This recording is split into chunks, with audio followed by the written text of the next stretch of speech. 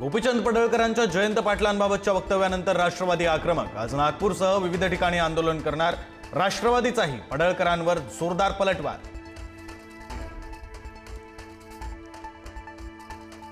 राज्यातील शेतकऱ्यांना अतिवृष्टीचा मोठा फटका. अतिवृष्टीमुळे 62,17,000 एकर क्षेत्र बाधित.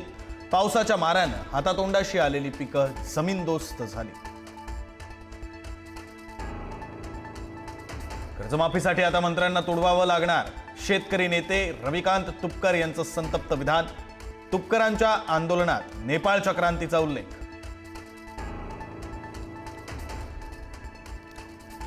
संभाजीनगर जिल्ह्यात मुसळधार पावसाचा जोर कायम. वैजापूर तालुक्यातील विरगाव आणि कापूस वाडगावचा संपर्क तुटला. आजूबाजूचे नागरिक पाण्याच्या प्रवाहात अडकले.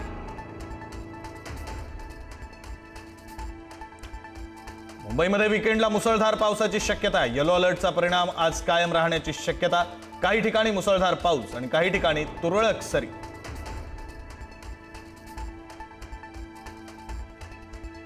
रेल्वे मंत्री अश्विनी वैष्णव यांच्या उपस्थितीत घणसोली बुलेट ट्रेन टनेलचा ब्रेक थ्रू. केंद्रीय रेल्वे मंत्री अश्विनी वैष्णव घणसोलीत पत्रकार परिषदही घेणार.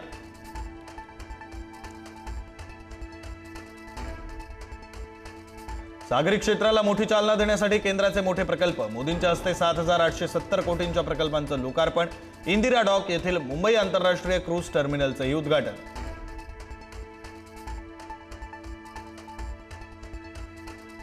मोनोरेलला आजपासून अनिश्चित काळासाठी स्थगिती. मोनोरेल प्रणाली अधिक सक्षम आणि आधुनिक करण्यासाठी स्थगिती दिल्याची प्रशासनाची माहिती.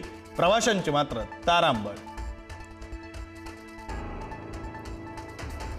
मीनाताई ठाकरेंच्या पुतळ्यावर रंग टाकणाऱ्या पावसकरची कोठडी आज संपणार. पोलीस आज पुन्हा पावसकरला कोर्टात हजर करणार.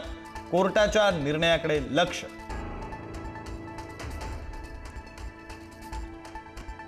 शस्त्र खाली ठेवणार नाही. नक्षलवाद्यांचं नवपत्र समोर. केंद्रीय प्रवक्त्याचं दिशाभूल करणारं वैयक्तिक मत. पत्रात उल्लेख.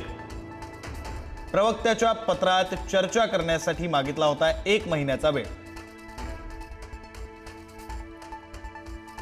वनविभागाच्या पथकाची मनमाड रेल्वे स्टेशन परिसरात मोठी कारवाई. सापळा रचून हरिणासह इतर वन्य प्राण्यांच्या कातडीची तस्करी करणाऱ्या 4 जणांच्या टोळीला अटक. तस्करांकडून अनेक कातडी जप्त.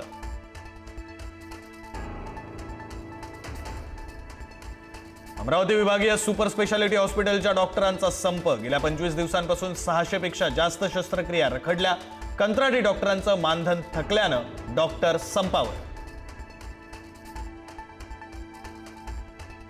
लाडकी बहीण योजनेतील सर्वच लाभार्थ्यांना ई-केवायसी बंधनकारक. सरकारकडून एक खास पोर्टल तयार.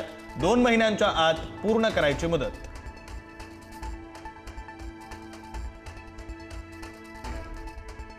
ओमानला लोळवल्यानंतर उद्या टीम इंडियाचा पाकिस्तानशी मुकाबला. मागच्या मुकाबल्यातील नाट्यमय घडामोडींनंतर उद्याच्या सामन्याकडे विशेष लक्ष.